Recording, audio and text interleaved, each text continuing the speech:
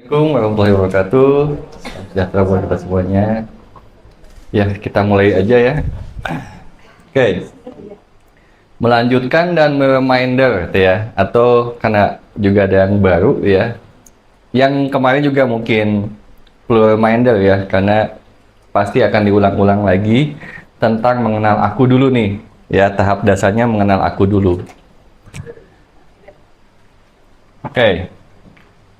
Jadi yang biasa kita kenali atau kita sadari atau kita merasa gitu ya, kita merasa bahwa aku tuh ya, kalau saya Dani ya, berjenis kelamin laki-laki, orang tuanya siapa, ya pekerjaannya siapa, ya itulah aku ya.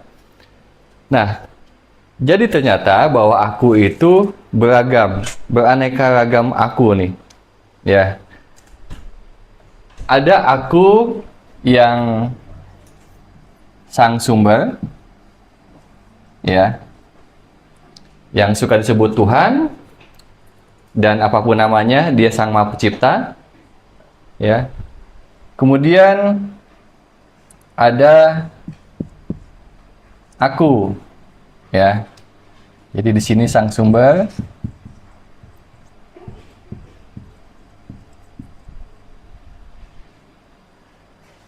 Di sini ruh yang punya sifat kesadaran.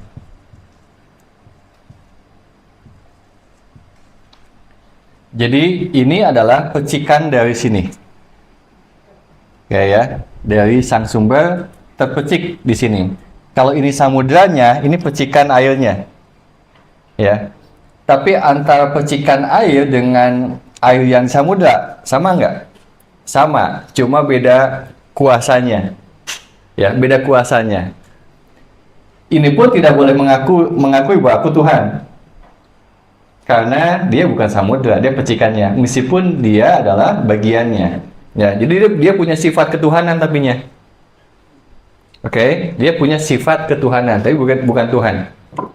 Oke ya. Nah, ruh ini menghidupkan yang namanya tubuh. Ya, kan ruh itu dihidupkan oleh ruh ini kan, plus jiwa. Ya, jiwa itu buat apa? Buat softwarenya menjalankan. Semua itu punya jiwa. Ya, angin itu ada jiwanya juga. Jiwa itu ada algoritmanya. Misalnya angin itu algoritmanya adalah ya seperti inilah angin. Ya, jadi dia itu tunduk, semua itu bertasbih, artinya adalah dia itu tunduk pada ketentuan aturannya sesuai dengan jiwanya. Batu ya sudah jadi batu aja tuh, jiwanya begitu softwarenya. Ya, jadi dia nggak bisa kayak kita, saya mau jadi ini, saya jadi itu gitu, nggak bisa. Ya, nggak bisa milih. Ya. Pohon ya begitulah jiwanya. Pohonnya misalnya pohon beringin, jadilah itu, tunduk ya, jadi itu. Dia tidak ada berpikir merenung gitu, karena saya mau jadi durian lah gitu. Nggak ada, nggak kayak manusia. Nah, hanya jiwa yang manusia ini yang dikasih kebebasan, ya memilih. Ya makanya dia diberikan mandat sebagai khalifah, memimpin yang tadi yang tunduk-tunduk itu ya, makhluk yang lain. Nah, masalahnya jiwa ini ya sudah terkontaminasi nih. Lewat apa? Kemarin kita belajar dari panca indera dulu ya. Ini urutannya ya, biar paham dulu. Dari panca indera.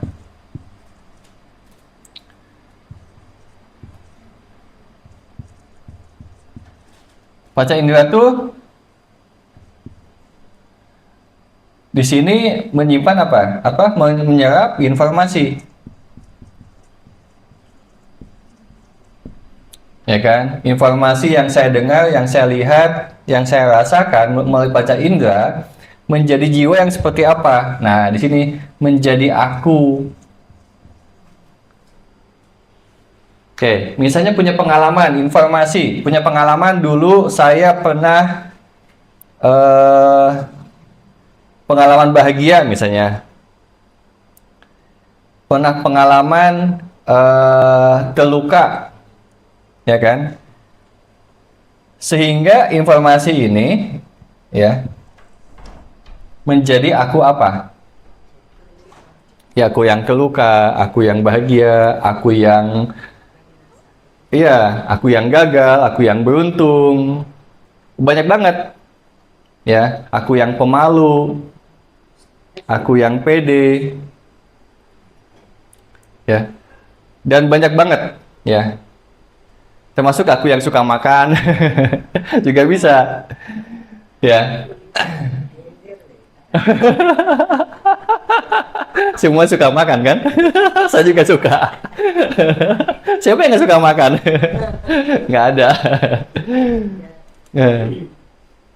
Oke, nah, jadi aku di sini tuh ada beragam.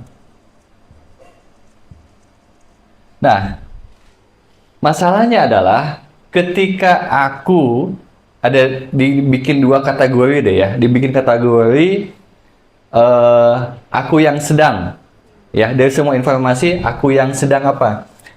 Apakah dia menjadi pemain, ya, di kehidupan ini, ya, atau sebagai victim? Nah, ini dipersempit lagi dari banyak aku tuh saya jadi apa nih?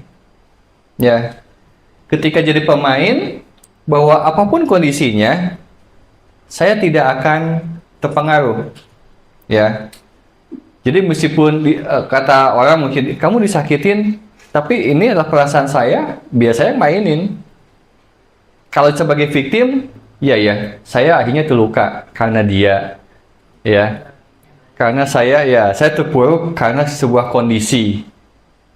Itu menjadi aku yang menjadi korban. Ya.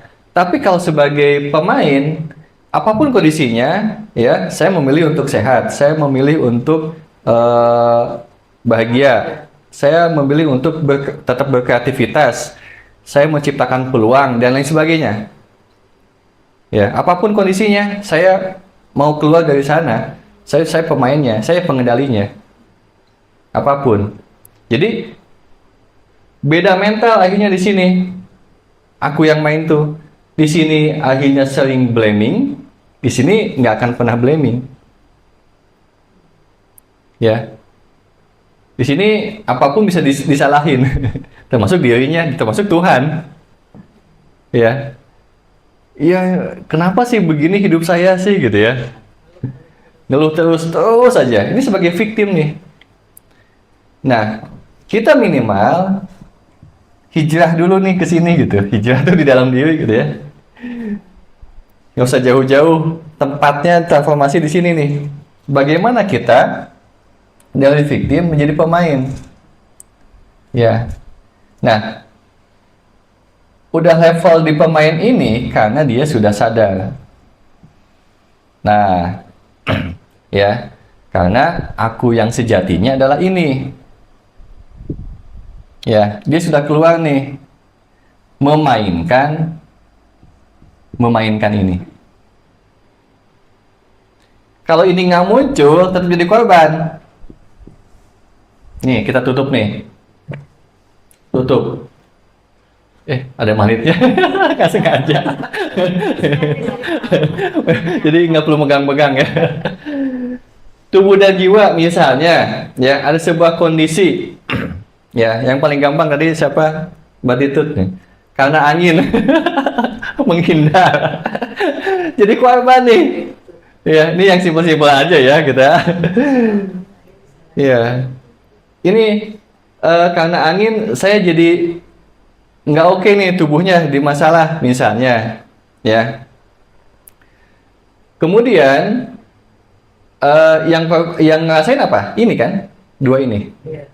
Nah, ketika akhirnya mengklaim saya adalah victimnya adalah sebuah kondisi itu, mengklaim, sehingga jadi aku kan?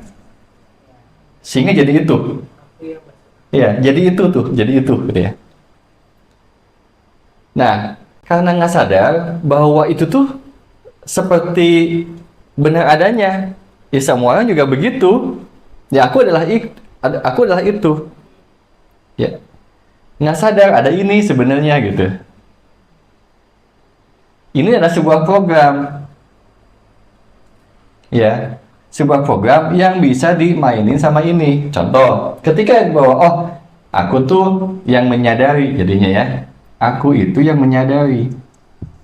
Yang kesadaran karena dia kesadaran kan sifatnya atau kata kerjanya menyadari.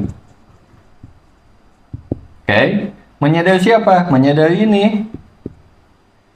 Oh, tubuh saya atau jiwa saya dan tubuh saya ini sering terpengaruh ya. Gara-gara angin aja kok tubuh saya jadi ringkih ya misalnya kan gitu. Oh, punya itu. Oke, saya kuatin. Justru gitu. Jadi mainin. Saya kuatin. Dengan cara apa? Bilang, perintah gitu. Wahai angin, ya, berdamai dengan saya. Tubuh, ya, juga selaras dengan kipas angin misalnya. Selaras dengan alam atau apapun. Ya, naikin antibodinya. Ya, jiwa tenangkan, lepaskan. Jadi sifatnya ini karena ini levelnya sudah di atas, makanya suka disebut kesadaran tertinggi di sini. Kesadaran tertinggi ini punya otoritas. Nah, kenapa bisa memerintah? Karena dia punya otoritas sebenarnya. Nah, ini yang nggak pernah dilatih, ya nggak? Ini nggak pernah dilatih, ini nggak pernah dimunculkan. Jadi siapa yang mengenal dirinya maka akan mengenal Tuhannya. Tapi nggak pernah dikasih tahu cara mengenal dirinya gimana. Ini aja yang terus dibahas ini gitu kan. Iya ya, aku tuh adalah mengenal gimana ya kan, seperti gitu ya. Aku tuh adalah Dani gitu ya, yang suka punya kelebihan ini, kekurangan ini. Aku sejatinya apa nih gitu. Masih ngebahas di jiwa aja terus menerus kan. Ya, itu aja terus menerus. Ya. Kalau justru disinilah, ini jiwa tuh sebenarnya murni awalnya. Jadi jiwa itu sebenarnya ini juga. Ya, cuma ketika terpapar, wadahnya kan ini wadah. Jiwa tuh kayak wadah yang bening, airnya itu ini nih. Ini wadahnya nih. Airnya. Yang diisi apa selama ini? Nah, gitu. Sehingga jiwanya terpapar, makanya bahasanya kan. Jadi ketika balik lagi pertanyaannya, untuk jalan pulang, siapa yang pulang itu? Ini nih yang pulang tuh. Ya, ini yang pulang karena udah terpapar gitu. Masuk pulang itu sebenarnya adalah bagaimana selaras dengan nilai-nilai keilahian. Ketika jiwanya itu sudah selaras dengan keilahian, ya itu sudah pulang. Berarti saat ini pun bisa pulang itu. Ya, bagaimana melepaskan? Nah, ini satu-satu. Ya, aku yang cemasan misalnya, cemas oke, tapi ketika kecemasan, ya nggak oke, nggak selaras, lepasin. Ya, kemarin dengan cara apa? Tatap, ungkap, tangkap. Ya, jadi maksudnya bahwa ketika contoh tadi ya, ketika ada si aku cemas, ini kan dari informasi ya, benar nggak? Kan dari informasi nih, dari informasi. Kenapa bisa jadi cemas tuh? Informasi itu kan dari mana? Pengalaman kan, memori. Nah, yang membimbing supaya ini bertransformasi, silakan baca nih. Supaya bertransformasi, ya, perlu ada yang membersamai. Siapa yang membersamainya? Ini. Jadi ini yang mengamati aku cemas. Bukan aku cemas, udah selesai. Enggak, ada yang membersamai gitu. Ada yang menyadari bahwa aku cemas. Tapi jangan mengklaim bahwa, oh iya, aku cemas ya. Nah, bahasanya sudah beda kalau sudah menyadari ini. Aku yang sedang menyadari. kecemasan. Ya, di dalam diriku. Di dalam diriku tuh, di dalam, tapi bukan aku. Jiwa nih, ada yang sedang cemas. Oke, tanya, hey aku cemas, gitu ya. Hey aku cemas, kamu apa yang membuat kamu cemas? Untuk menggali informasi ini, untuk mengungkap ini, apa yang membuat kamu cemas? Ya, contoh misalnya, apa yang membuat cemas? Kebanyakan masa depan kan ya? Masa depan. Tagihan gimana ya nanti bulan depan? Iya, iya. Kita ngomong yang nyata-nyata aja, biar langsung konteksnya, caranya gimana nih melampauinya kan gitu. Realita yang nggak sesuai ekspektasi kan bikin cemas juga. Iya, ini masa depan. Masa depannya ya Konteksnya masa depan ya, bukan masa kini ya. Kalau dibilang tadi. kalau cemas. Ya maksudnya realita yang nggak relate sama ekspektasi, berarti konteksnya masa sekarang atau masa depan? Masa depan tuh kan pengandaian. Nah, ya kan? Masa depan tuh pengandaian kan? Pengandaian. Nanti gimana kalau tidak terbayar? Gimana kalau tidak tercukupi? Bagaimana kalau ya tidak baik-baik aja? Ya. Coba kita review dulu ya. Kita pernah melakukan itu bulan kemarin? Pernah ya? Ya mencemaskan yang bulan ini. Tapi ternyata nggak terjadi. Terus kita melakukan lagi, itu beribu kali kita melakukan itu dengan kejadian-kejadian gitu. Ya, gitu. Kalaupun ada yang kejadian, tapi tetap bisa dilewati kan? Selama apa coba? Selama ada ketekadan. Itu aja sih. Selama ada ketekadan untuk melaluinya, untuk bersedia untuk melampauinya, menerimanya. Oke, saya bersedia ya atas kejadian ini, saya mau jalanin. Saya mau melampauinya. Selama itu akan tetap diberikan kemudahan. Tapi kalau yang kayaknya putus asa ya, terus give up gitu. Nah, itu yang ya, pokoknya nggak ada jalan akhirnya memang. Karena Allah bagaimana prasangka hambaku kan? Iya, ya. Karena itu pelajaran bagaimana berasumsi. Sekarang ada hukum namanya law of assumption. Sebenarnya itu udah ada kan di kita tuh, ya. Bagaimana prasangkanya. Jadi ketika akhirnya yang memprasangkainya bahwa aku bisa gitu ya, dan aku bersedia ya, semuanya akan ada jalannya, itulah yang akan terjadi. Nah, itu sudah di level pemain nih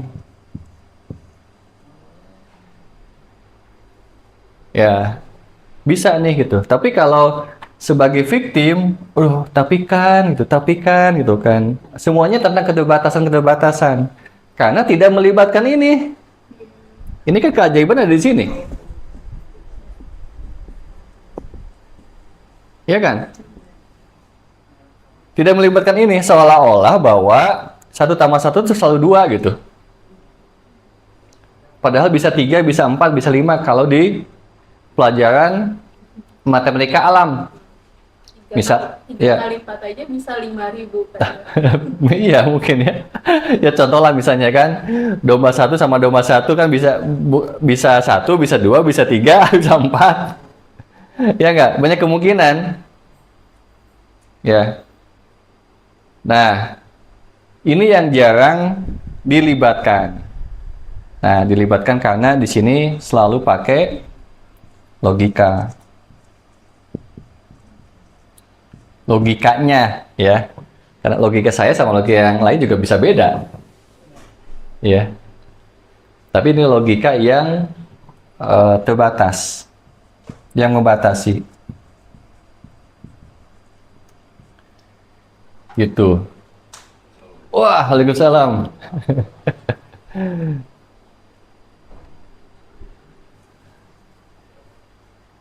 Oke. Nah, dari ini semuanya Nah, saya punya metode, salah satunya adalah dengan meditasi alfa. Gitu. Untuk apa? Untuk memainkan, mentransformasikan, mindahin gitu. Ya. Kita tuh bukan yang sakit, kamu tuh sehat, cuma kamu terpapar gitu. Kamu terpapar informasi, ya ada informasi tentang dari awal udah genetik, memang itu informasi juga tuh. Ya, tapi kita nggak bisa pasrah, ya sudah ini udah jadi genetiknya sih. Nggak gitu juga. Akhirnya jadi victim dari genetiknya kan. Nah, kita bagaimana kita memainkan genetik kita, karena dia itu gen itu ada informasi, maka informasi itu kita install ulang. Gitu, bisa kita install ulang. Itu pertama. Terus informasi yang ketika kita lahir, di kandungan malah. Nah, di kandungan, ketika kita di kandungan kita menerima informasi apa aja. Apa yang ibu kita rasakan, ibu kita pikirkan dan lain sebagainya, itu juga informasi. Oke. Ketika terus lahir, ya, bagaimana didiknya, diasuhnya, kemudian dibesarkan. Nah, jadilah aku. Jadi aku ini hasil programming kan? Berarti ketika ini programming bisa diubah nggak? Bisa. Nah, ini yang Allah tidak akan mengubah nasib ya seseorang atau kaum jika kita tidak bisa mengubahnya. Jadi ini aja juga, ini dikasih free will aja, mau diubah apa enggak. Nah, kalau mau ubah, silakan. Karena ini adalah otoritas kita, maksudnya free will kita. Untuk mengubah itu. Mengubah nasibnya aku nih. Ya, apapun perannya, bagaimana kita berkemudahan di dalam hidup. Apapun perannya. Jadi nggak harus punya sesuatu yang sama gitu, enggak, tapi bagaimana kita dalam peran-peran yang apa yang dititipkan kepada kita tuh kita diberikan kemudahan, keselamatan dan kesejahteraan itu. Nah, oke. Karena yang membuat kita jadi chaos adalah informasi yang menjadikan kita victim. Ya contoh yang simpel-simpel tadi lah. Ya. Kemudian misalnya banyak ketika pandemi kan victimnya banyak dari informasi itu, ya orang udah ngejaga udah segala macam pun tapi kena juga gitu. Kenapa? Karena di rumah pun ada ketakutan, ya. Jadi waktu itu saya heran dengan patung The Waringin, dia kena gitu kan. Waktu pas dia kena, kok dia kena ya saya bilang. Karena saya tahu ilmunya bahwa ketika dia bahagia itu antibodi itu naik sebenarnya, bakal oke-oke aja. Tapi kok dia bisa kena sih? Karena dia selalu mempromosikan itulah gitu, tentang motivasi, keceriaan, kebahagiaan. Karena menurut saya waktu itu agak bingung, wah ini jangan-jangan salah nih gitu kan. Konsep ini yang saya pahami juga gitu kan. Kok dia bisa kena ya gitu. Ternyata ketika sembuh dia mengakui, ya. Dia sering baca artikel di rumah, meskipun di rumah informasi gitu. Jadi dia ke-hack. Gitu. Terpengaruh, dia ke-hack yang tentang karena dia usianya udah mau 60 kalau nggak salah ya. Tentang komorbid atau yang usia segitu tuh rentan itu. Nah, dia cemas. Meskipun di rumah ada frekuensi yang masuk. Jadi virus itu tentang frekuensi gitu. Ya, yang masuk sehingga dia antibodinya turun, ya. Ya akhirnya kena gitu ya. Meskipun dia ternyata bisa pulih dengan cepat, ingat di ilmunya dia lagi. Ya. Jadi hati yang gembira, hati yang bahagia itulah obat kesembuhan kata dia kan gitu ya. Ya itu lagi diingetin lagi gitu ya. Ya kadang-kadang role model-model kayak patung kayak gitu, saya pun kadang-kadang gitu ada seperti diberikan kondisi untuk mengalami gitu biar tahu. Biar bisa cerita gitu. Iya gitu. Ya itulah agak-agak dulu saya suka menolak jadi perannya jadi role model tuh itu. Karena nggak enak banget gitu ya. Nah, kemudian informasi ini yang kita mainkan. Contoh ya, selama kita bercerita tentang keterpurukan kita, itu semakin aku viktimnya semakin kencang kan?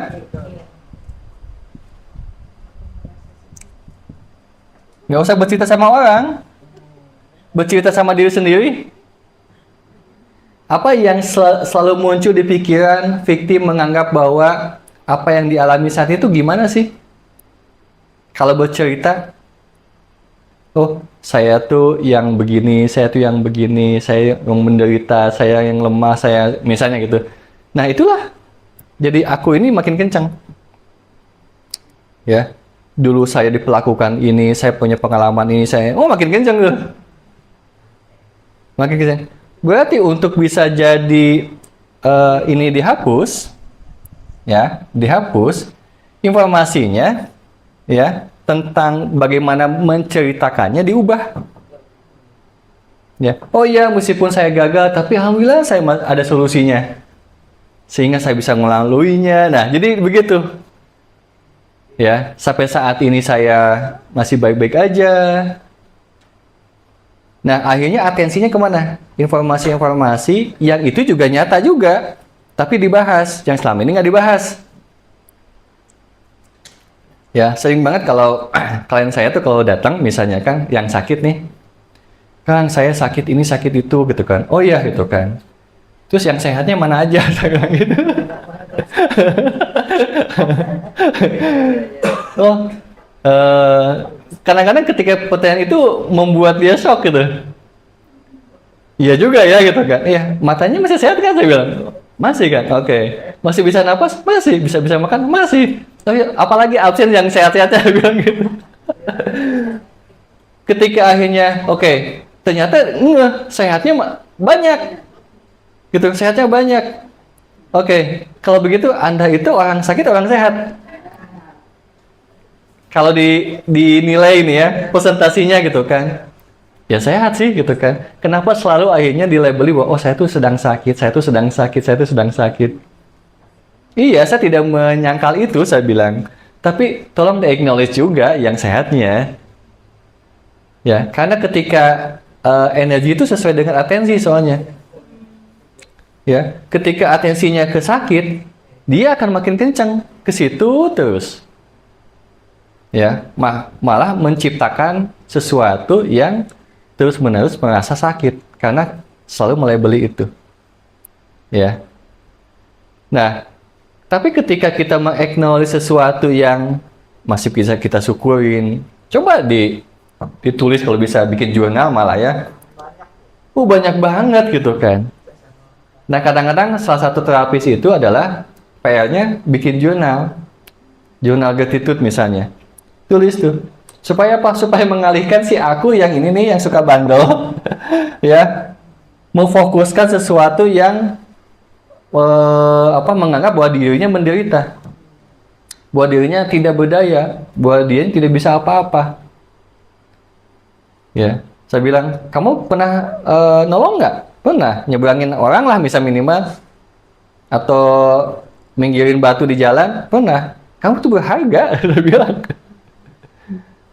Pernah, gitu ya. Nah, tapi hal-hal kecil menurut dia itu tidak bernilai. Tapi ini sebuah kebiasaan dari pola pikir si victim, si aku victim nih. Nah, ini yang perlu Nah, ini kalau yang maksudnya dilepaskan tuh itu keakuan yang palsu. Ya. Jadi keakuan mana sih yang perlu diri palsu, mana yang perlu dilepaskan? Nah, keakuan yang bersifat dirinya victim. Karena sejatinya bahwa aku ini adalah hasilnya dari Rob, dari sang sumber kan. Kita dari yang maha, ya, masa kita nggak dijamin sih gitu? Cuma karena akhirnya bagaimana prasangka hamba aku gitu kan, ketika dia merasa bertanggung jawab. Ini hati-hati ya ngomongnya. Jadi dia merasa